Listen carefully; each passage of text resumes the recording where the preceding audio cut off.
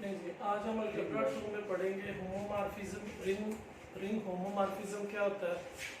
इसके कुछ एग्जांपल्स लेंगे कि हम कैसे साबित कर सकते हैं कि कोई रिंग जो है वो होमोमॉर्फिज्म है या नहीं है। बिल्कुल प्रीवियस लेक्चर्स में हमारा टॉपिक जो थे वो चल रहा था कोशेंट आइडियल रिंग। आज हम पढ़ेंगे कि होमोमॉर्फिज्म रिंग क्या होती है।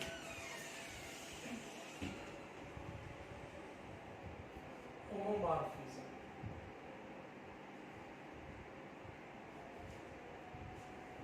रिंग ऑफ होमोमॉर्फिज्म या होमोमॉर्फिक रिंग या होमोमॉर्फिज्म रिंग, तो आप किस तरह से भी इसको पढ़ सकते हैं। तो होमोमॉर्फिज्म रिंग को समझने से पहले हम समझते हैं कि हमारे पास लेट्स सपोज दो रिंग्स हैं। एक रिंग हमारे पास आर है और दूसरी रिंग जो है वो हमारे पास आर प्राइम प्लस डॉट। अब लेट्स सपोज यहाँ पे एक हमारे पास एलिमेंट x है और उसके क्रॉसपोंडिंग जो है वो हमारे पास f ऑफ x है। और इसी तरह हमारे पास अगर कोई y एलिमेंट लिया गया हुआ है तो अंडर फंक्शन है f ऑफ y। हमें अगर दोनों को ऐड कर दें x प्लस y कर दें तो x plus y under function f जो है वो r प्राइम में हो जाएगा f ऑफ x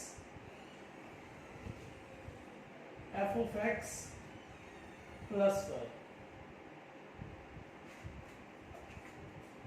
और इसी तरह अगर हम प्रोडक्ट में ले लें x इंटू y तो वो हमारा इधर आके बन जाएगा f into X into Y. तो अगर दो रिंग्स के हमने आपस में एलिमेंट्स की मैपिंग करवाई है तो हम कहेंगे कि ये जो मैपिंग है ये होमोमॉर्फिज्म मैपिंग कब बनेगी, अगर हमारे पास दो कंडीशंस हैं, अगर वो सेटिस्फाई हो गई तो फिर हम कहेंगे कि ये हमारे पास जो मैपिंग है ये रिंग होमोमॉर्फिज्म है। अब मैपिंग हमने कैसे कर, कंडीशंस कैसे हैं कि ए रिंग लेट्स सपोज हमारे पास एक फंक्शन है, हम फंक्शन हमने लिया from ring R to R prime. अब ये जो फंक्शन हमने लिया हुआ है इसका होमोमॉर्फिक या होमोमॉर्फिज्म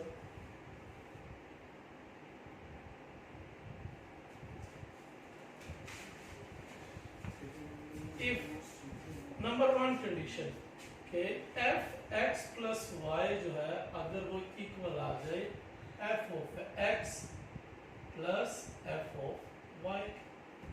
पहली कंडीशन अगर ये सेटिस्फाई कर दे और एक्स वाई क्या है हमारे पास, एक्स वाई ऐड करें तो हमारे पास ये भी एडिशन में आ जाए। यानी अगर हम इन दोनों को ऐड कर दे, इन दोनों को ऐड किया तो हमारे पास ये आ गया तो ये दोनों भी फिर ऐड हो जाए f of x plus f of y। और इन दोनों को मल्टीप्लाई करें तो इन दोनों को भी मल्टीप्लाई कर दें तो ये बन जाएगा f of x into f of y। तो ये हमारे पास अगर कंडीशंस आ जाएंगे कि ये वाली कंडीशन इसके इक्वल है और ये वाली कंडीशन इसके इक्वल है तो फिर हम कहते हैं कि ये जो मैपिंग है, ये जो फंक्शन है जो हमने डिफाइन किया हुआ है इन दोनों के बीच में, तो उस फंक्शन को फिर हम कहेंगे कि ये हमारे पास होमोमॉर्फिक है। तो एक कंडीशन ये सेटिस्फाई कर दे, दूसरी प्रोडक्ट वाली कर दे कि f ऑफ ये इक्वल आ जाए f of x into f of y for all x y belong to members of R। तो अगर ये दोनों कंडीशन सेटिस्फाई हो जाए तब हम कहेंगे कि ये जो फंक्शन एक मैपिंग जो हो रही है from R to R dash, इसको फिर हम कहेंगे कि ये होमोमॉर्फिज्म बना है। इस called function is called homomorphism if condition 1 and condition 2 is satisfied, then function f is called,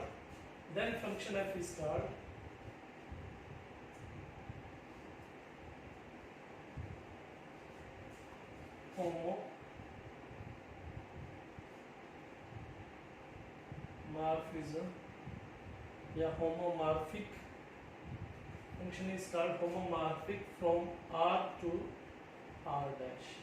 तो फिर हम कहेंगे कि हमारे पास जो फंक्शन है वो होमोमॉर्फिक है R से R डैश तक। तो ये हमने उसकी डेफिनेशन हमने की कि दो कंडीशंस अगर सेटिस्फाई हो जाए तो फिर हम कहेंगे कि हमारे पास जो मैपिंग है वो होमोमॉर्फिक मैपिंग है कि एक हमारे पास कंडीशन ये आ जाए fx plus y is equal to f of x plus f of y, और दूसरी प्रोडक्ट में आ जाए। लेकिन जब हम ग्रुप में इन चीजों को पढ़ते हैं तो फिर एक ही कंडीशन काफी होती है कि या ये एडिशन वाली सेटिस्फाई हो जाए या हमारे पास वो मल्टीप्लिकेशन वाली सेटिस्फाई हो जाए। तो फिर हम एक ही प्रॉपर्टी के तौर पे लेते हैं, तो फिर एक साबित हो जाए तो फिर हम कहते हैं कि ये हमारे पास जो होमोमॉर्फिज्म इन ग्रुप है।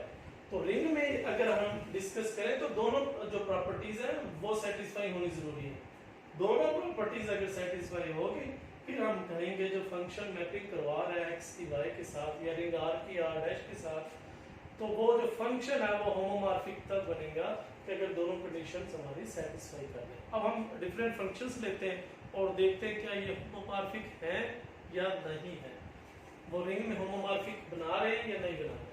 तो डेफिनेशंस हमारे ये हैं।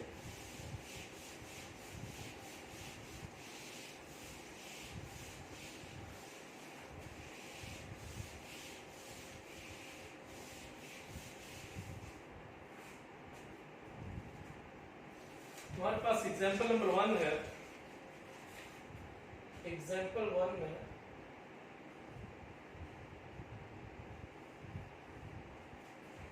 let Z is a ring defined by, Z हमारे पास एक रिंग है जिसको डिफाइन किया गया है डिफाइंड बाय, यहाँ पे फंक्शन f की बजाय g लिया हुआ है, z to z। जैसे हमने r से r प्राइम लिया हुआ था इस तरह ये z से z तक लिया गया bye g of x is equal to 2x for all x belong to z।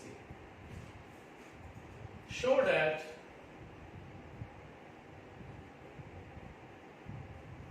G is homomorphic from Z to Z। हमने ये साबित करना है कि G जो है वो होमोमॉर्फिक है Z से Z तक। वो तो वैसे ही दिया हुआ है, वो लिखने की जरूरत ना भी लिखेंगे फिर भी है। G हमने साबित करना है कि वो होमोमॉर्फिक है। तो सबसे पहले जब आप इसको सॉल्व करने लगे आपको दो कंडीशंस का पता होना चाहिए कि G जो है from Z set of integers to set of integers is called homomorphic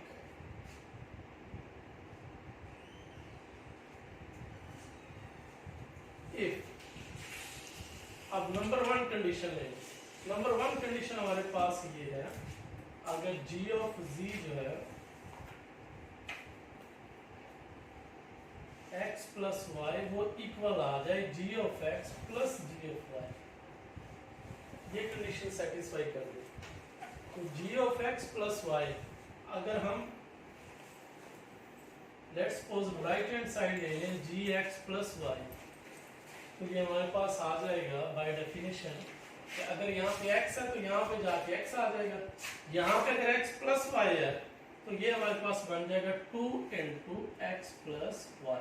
तो ये आया हमारे पास बाय डेफिनेशन क्योंकि gx इक्वल टू है 2x। अब हम 2 से मल्टीप्लाई कर लेंगे तो ये हमारे पास राइट साइड आ जाएगी 2x प्लस 2y। अब बाय डेफिनेशन 2x जो है वो इक्वल है g ऑफ x के और 2y उसी तरह इक्वल होगा जी ऑफ वाई के, तो ये हमारे पास आ गया जी ऑफ एक्स के प्लस जी ऑफ वाई के, यही हमारी राइट हैंड साइड है। तो कंडीशन नंबर 1 जो है वो तो सेटिस्फाई कर गई है कि अगर हमारे पास ये प्लस में इस तरह डेफिनेशंस थी तो वो हमने सेटिस्फाई करवा दी है कि ये हम अलग अलग से भी लिख सकते हैं इनको। अब कंडीशन नंबर 2 है कि क्या प्रोडक्ट में भी इसी तरह अलग अलग से लिख सकते हैं या नहीं लिख सकते। अब कंडीशन हमारे पास 2 है, तो अब हम कंडीशन नंबर 2 करने जा रहे हैं।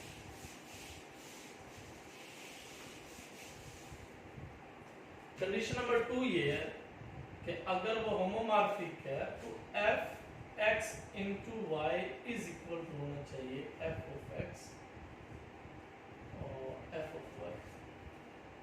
अब यहां से हम देखेंगे कि ऐसे हम कर सकते हैं कि नहीं कर सकते, तो लेफ्ट हैंड साइड फिर ले लेंगे, तो एफ एक्स इंटू वाई, तो बाय डेफिनेशन, और ये मैंने एफ लगाया हुआ है, हम जो फंक्शन ले रहे हैं वो जी ले रहे हैं, तो इसलिए यहाँ पे जी कर लें।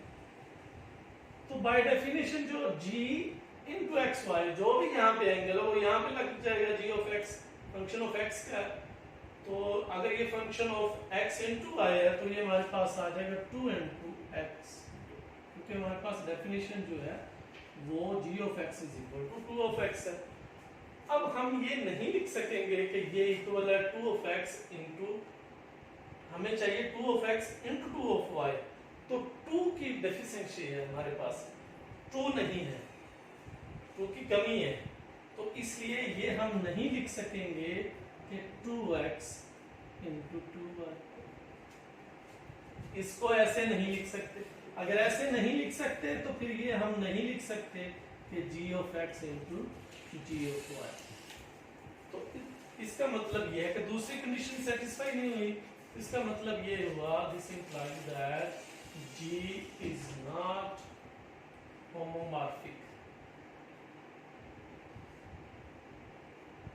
From z to z। g जो है वो हमारे पास होमोमॉर्फिक नहीं है, क्योंकि वो प्रोडक्ट वाली प्रॉपर्टी को सेटिस्फाई उसने नहीं किया। अब हम एक और एग्जांपल लेके आते हैं, उससे समझते हैं कि होमोमॉर्फिक क्या होता है। एग्जांपल नंबर 2 लेके आ रहे हैं।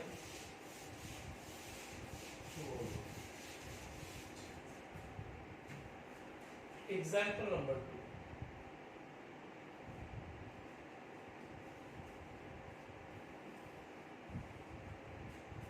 एग्जांपल नंबर 2 हमारे पास ये है कि अगर हमारे पास फंक्शन अब कॉम्प्लेक्स का आ गया, पहले तो रियल में से था इंटीजर्स जो है, अब ये है कि let's C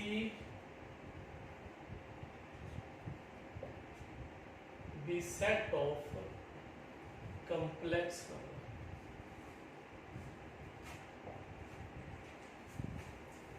is a ring. अब हमारे पास जो रिंग है वो कॉम्प्लेक्स नंबर है। अब मैपिंग जो है डिफाइन की गई है 5 from complex number C to complex number C such that phi x plus iota y is equal to x minus iota x comma y belong to C। अगर आपका ये कॉम्प्लेक्स में है लेकिन x y आपके रियल में से होंगे।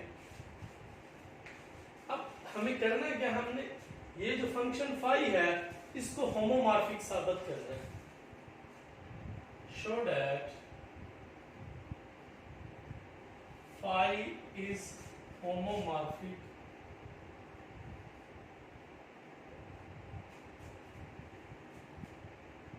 From C to C। हमने अब साबित ये करना है कि फाई जो है वो होमोमॉर्फिक है C से C तक, कॉम्प्लेक्स नंबर से कॉम्प्लेक्स नंबर तक। तो अब हम इसको सॉल्व करते हैं। नंबर 1 प्रॉपर्टी हम सेटिस्फाई करवाते हैं। हम नंबर 1 प्रॉपर्टी क्या है, x प्लस वाई जो है वो इक्वल आना चाहिए f of x into plus f of y। ये हमारे पास आना चाहिए। अगर ये आ गया तो हम मान लेंगे कि बिल्कुल, अब एक फिर प्रोडक्ट वाली भी प्रॉपर्टी आ गई तो हम कह देंगे ये होमोमॉर्फिक है। तो सबसे पहले हम इसको प्रूव करते हैं। चल लेफ्ट साइड इसकी हम ले लेते हैं 5x + y। अब अगर हम डेफिनेशन देखें तो हमने करना क्या है कि सिर्फ यहाँ पे माइनस का जो फर्क है वही हमने यहाँ पे रखना है। तो हमें जो अब, क्योंकि हम कॉम्प्लेक्स नंबर में चल रहे हैं, तो अब हम x y की बजाय हम z1 + z2 ले लेते हैं। लेट्स सपोज यहाँ पे हमारे पास z1 कर लें कॉम्प्लेक्स नंबर में, और ये z2 कर लें, और इसी तरह ये z1 हो जाएगा और ये z2 हो जाएगा। अब z1 क्या है और z2 क्या है? where z1 = x1 + y1 and z2 = x2 + y2। तो हमने दो कॉम्प्लेक्स नंबर्स इसी तरह ले लिए कि z1 + z2 जो है वो इक्वल आ जाए phi of z1 + phi of z2 के। तो यहाँ से हमारे पास आ गया, क्योंकि हमने जो डेफिनेशन हमने की हुई है उसमें एयोटा का आना जरूरी है। तो एयोटा का आना का जरूरी का मतलब ये है कि हमें कोई कॉम्प्लेक्स नंबर लेट करना पड़ेगा। तो इसलिए हमने दो कॉम्प्लेक्स नंबर लेट कर लिए z1 और z2, और z1 + z2 का आंसर इस तरह से आना चाहिए। तो z1 की वैल्यूज हम यहाँ से लगाएंगे z1 + z2। अब z1 की वैल्यूज हम लगाएंगे x1 + एयोटा y1, और z2 की वैल्यूज लगाएंगे x2 + एयोटा y2। अब हम रियल और इमेजिनरी को अलग अलग से कर लेंगे, रियल पार्ट अलग से और इमेजिनरी पार्ट अलग से। अब यहां से हमारे पास फाई आ जाएगा x + x2 + aorta y1 + y2। हमने रियल और इमेजिनरी को अलग अलग से कर लिया ताकि बाय डेफिनेशन फिर हम उस पर अप्लाई कर सके कि हम कैसे लिख सकते हैं इसको। अब हम बाय डेफिनेशन अप्लाई करने के काबिल हो गए कि यहाँ पे जब आप एयोटा प्रोड्यूस कर चुके तो x तो वैसे ही लिखा जाएगा और कॉम्प्लेक्स के साथ साइन को चेंज कर दिया जाएगा। तो इसका मतलब ये है कि बाय डेफिनेशन हमारे पास जो है x1 + x2 तो वैसे ही लिखा जाएगा। अब माइनस इसको कर दिया जाएगा माइनस एयोटा y1 + y2। ये हमारे पास जो डिफाइन दिया। अब हम यहां से x1 - y1 अलग से कर लेंगे और यहां से x2 - एयोटा y2 अलग से कर लेंगे। अब x1 - एयोटा y1, अब ये इक्वल किसके है? बाय डेफिनेशन अगर हम यही दोबारा अप्लाई करें इस तरह तो ये हमारे पास जो गिवन है ये आ जाएगा phi of x1 + aorta y1। ये हमारे पास आ जाएगा। और ये उसी पैटर्न से जब हम रिवर्स इसको अप्लाई करेंगे कि अगर ये माइनस में है तो ये प्लस में चला जाएगा और साथ में ऑपरेटर लग जाएगा, तो phi x2 + एयोटा y2। और ये हमने वैल्यूज ली हुई है x1 + एयोटा y1 z1 की, और ये हमने वैल्यूज ली हुई है z2 की। और लेफ्ट साइड पे हमारे पास आ रहा था phi of z1 + phi of z2। तो पहली प्रॉपर्टी तो हमारी ये सेटिस्फाई हो गई कि z1 + z2 आ रहा है, ये प्लस लीजिए, ये प्लस है, प्लस प्लस और ये प्लस। तो पहली प्रॉपर्टी तो प्लस वाली हमने प्रूव कर ली। अब हम प्रोडक्ट वाली प्रॉपर्टी लगाते हैं कि अगर ये मल्टीप्लिकेशन में होता है यही मामला, तो फिर हम इसको कैसे सॉल्व करते हैं। और जो फाई है वो डिफाइन किया गया है कि x + एयोटा y हो तो हम लिख सकते हैं x - एयोटा y। अब प्रॉपर्टी नंबर 2 हमने साबित ये करना है कि phi of z1 * z2 = phi of z1 * phi of z2। और z1 हमने लेट किया हुआ है x1 प्लस एटा y1 और z2 हमने लेट किया हुआ है x2 प्लस एटा y2। नहीं, अगर हम इसकी लेफ्ट साइड लें तो ये हमारे पास आ जाएगा फाइव z1 इंटू z2। तो z1 को z2 से मल्टीप्लाई करना है, x1 प्लस एटा y1 और z2 की values x2 plus iota y2। हमने इनको रियल और इमेजिनरी पार्ट्स में लेके आना है। तो अगर मैं x1 को x2 से मल्टीप्लाई करूं तो हमारे पास रियल पार्ट आ जाएगा, और अगर हम एटा y1 को एटा y2 से मल्टीप्लाई करें तो फिर भी रियल पार्ट आ जाएगा, माइनस y1 y2। ये हमारे पास रियल पार्ट आ गया इसका, x1 into x2 y1 minus y1 into y2, ये रियल पार्ट। अब अगर हम एटा में इसको लेके जाएं तो हम अगर x1 को मल्टीप्लाई करें इससे तो हमारे पास ये आ जाएगा x1 y2, और फिर जब हम इसको इससे मल्टीप्लाई करेंगे फिर भी कॉम्प्लेक्स नंबर आ जाएगा y1 x2। तो ये हमारे पास दूसरा फैक्टर आ गया इमेजिनरी पार्ट से। अब हम इस पे डेफिनेशन अप्लाई कर सकते हैं। डेफिनेशन कैसे अप्लाई कर सकते हैं कि अगर 5 के जो एंगल में आ गया x प्लस एटा y, अब उसका यहाँ पे माइनस करना है। अगर ये एटा प्लस का है तो माइनस एटा कर देना, तो ये प्लस एटा तो अब माइनस एटा हो जाएगा। तो बाय डेफिनेशन हमें ये कह रही है कि आप अगर 5 के बगैर लिखना चाहते हैं तो बस एटा की साइन बदल दें। तो वो हम एटा की साइन अब चेंज करने लगे हैं, x1 x2 minus y1 y2 minus एटा x1 y2 plus y1 x2। तो हमने वो साइन चेंज कर दी। अब हमने जाना तो इस तरफ है कि फाई ऑफ z1 आ जाए। अब z1 क्या, x1 प्लस एटा y1 आ जाए। तो अब यहां से हम अगर देखें कि x1 x2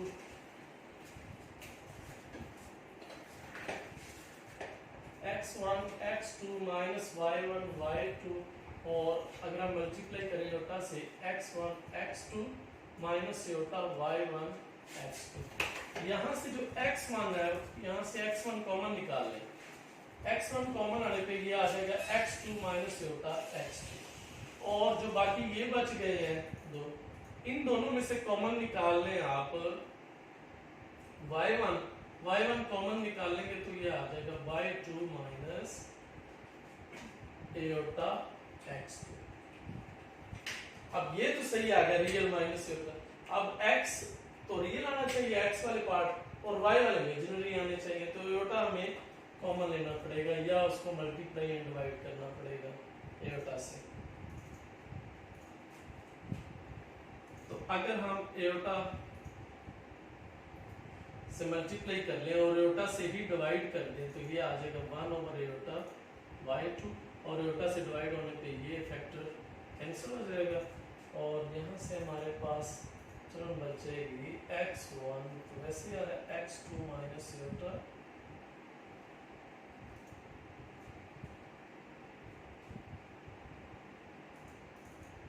x1 यहाँ से कॉमन लिया तो हमारे पास आ गया x2 माइनस एटा x2,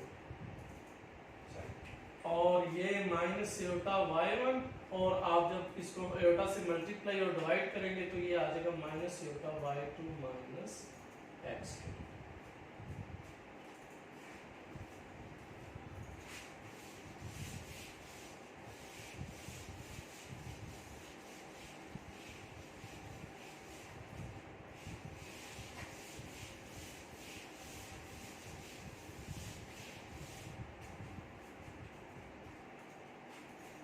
यहाँ से हम फिर देख लेते हैं कि इस तरह हमारे पास जब हमने कॉमन लिए हैं x1, तो x1 कॉमन लेने पे हमारे पास आ गया था x2 माइनस एटा x2, और y1 जब कॉमन लिया तो ये हमारे पास आ गया y2।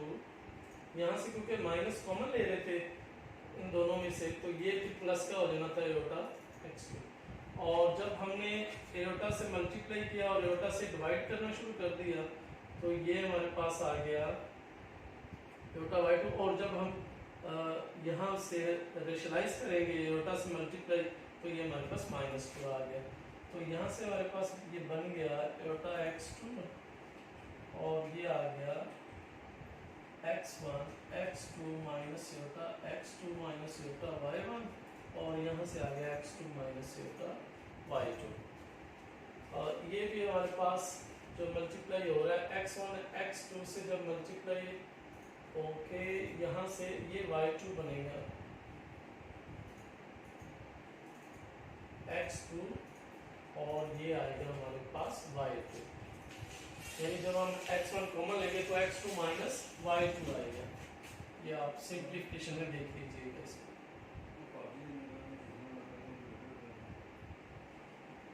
अब ये वाला फैक्टर और ये वाला फैक्टर एक जैसे हो गए तो हमारे पास ये बन जाएगा x2 माइनस एयोटा y2 और ये आ जाएगा x1 माइनस एयोटा y1। या इसको हम इस तरह लिख सकते हैं x1 माइनस एयोटा y1 और x2 माइनस एयोटा y2। तो हमारी डेफिनेशन है वो ये है कि x माइनस एयोटा 1 पे जब अगेन हम ऑपरेटर लगाना चाहेंगे तो यहाँ पे सिर्फ अगर माइनस है तो यहाँ पे प्लस कर देंगे। तो अगर हम यहाँ पे ऑपरेटर लगाना चाहें तो हम क्या करेंगे x1 प्लस एयोटा y1 और इस पे भी ऑपरेटर लगाना चाहेंगे तो साइन को चेंज कर देंगे। अब ये हमारे पास बन गया x1 प्लस एयोटा y1, ये हमने z1 रखा हुआ है और ये हमने z2 और इस साइड पे हमारे पास आ रहा था z1 इंटू z2। अब दोनों प्रॉपर्टी सेटिस्फाई हो गई है, प्लस की भी और मल्टीप्लिकेशन की।